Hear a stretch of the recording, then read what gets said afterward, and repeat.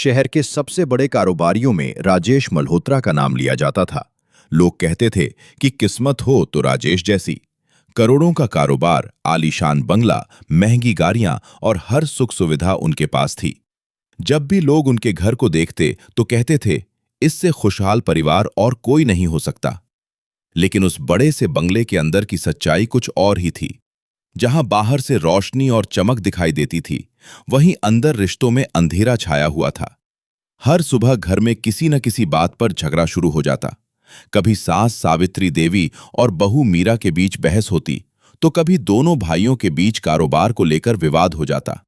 राजेश की पत्नी सावित्री देवी को लगता था कि घर की हर परेशानी की वजह मीरा है। वो अक्सर कहती, हमारे घर के तरीके बदल गए हैं। बहू आने के बाद पहले जैसी शांति नहीं रही।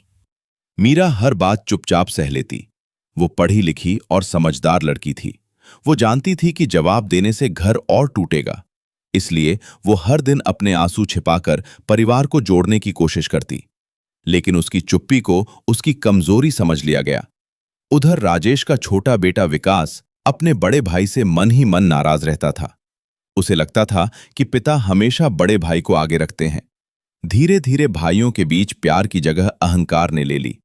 अब हालात ऐसे हो गए थे कि एक ही घर में रहने वाले लोग एक दूसरे से बात करने से बचते थे। सबसे ज्यादा दुख बच्चों को होता था। वे रोज अपने माता पिता और बड़ों को लड़ते देखते। घर में खिलखिलाहट की जगह खामोशी ने ले ली थी। उसी घर में राजेश की बूढ़ी माँ, दादी माँ भी रहती थीं। वो सब कुछ देख रही थीं। उम्र और बीमारी ने उनका शरीर कमजोर कर दिया था, लेकिन उनकी समझ आज भी बहुत मजबूत थी। एक दिन उन्होंने पूरे परिवार को अपने कमरे में बुलाया। सब लोग चुपचाप उनके सामने बैठ गए। दादी माँ ने धीमी आवाज में पूछा, मुझे कोई बताएगा, इस घर में आखिरी बार सबने साथ बैठकर हंसते हुए खाना कब खाया था? कमरे में सन्नाटा छा गया। किसी के पास जवाब नहीं था। दादी माँ की आंखों में आंसू आ गए। उन्होंने कहा, अजीब बात है, इस घर में करोड़ों रुपए हैं, लेकिन एक दूसरे के लिए समय नहीं।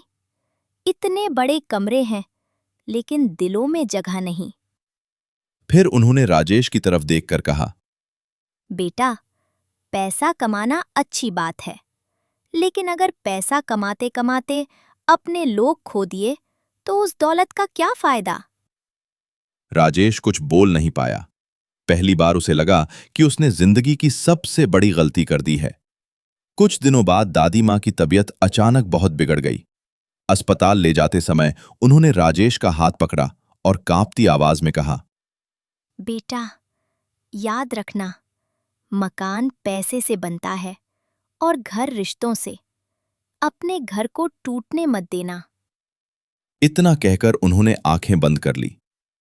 दादी माँ के जाने के बाद पूरा परिवार अंदर से टूट गया। राजेश पूरी रात उनके शब्दों को याद करता रहा।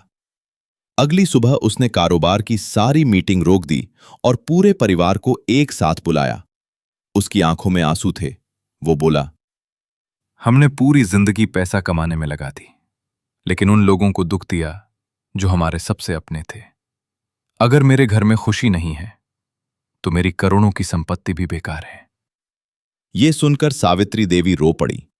वो मीरा के पास गईं और उसका हाथ पकड़कर बोली, बहू, मैंने तुम्हें हमेशा पराया समझा।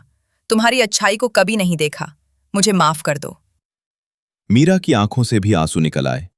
उसने अपनी सास को गले लगाकर कहा, माँ जी, मुझे सिर्फ आपका प्यार चाहिए था।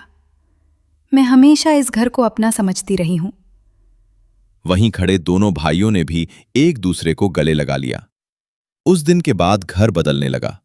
अब सुबह झगड़ों से नहीं, मुस्कान से शुरू होती थी। रात को पूरा परिवार साथ बैठकर खाना खाता। बच्चे फिर से हंसने लगे। कुछ महीनों बाद राजेश ने अपने बंगले के दरवाजे पर एक बड़ी सी लाइन लिखवाई, इस घर में रिश्तों की कीमत पैसों से ज्यादा है। एक दिन उसने अपने कर्मचारियों से कहा, मैंने जिंदगी में बहुत पैसा कमाया, लेकिन असली खुशी मुझे तब मिली जब मेरे अपने मेरे साथ मुस्कुराने लगे। उस दिन पूरे शहर ने देखा कि करोड़ों की दौलत रखने वाला इंसान भी तब तक गरीब था जब तक उसके घर में प्यार नहीं था। क्योंकि सच यही है, जिस घर में अपनों का सम्मान और प्यार हो वही असली महल होता है, वरना करोड़ों की हवेली भी खाली लगती है।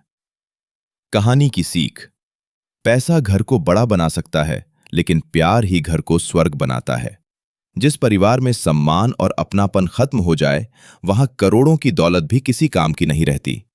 अगर इस कहानी ने आपके दिल को छुआ है तो अभी सब्सक्राइब करें, क्योंकि यहां हर कहानी सिर्फ मनोरंजन नहीं बल्कि जिंदगी की एक नई सीख लेकर आती है।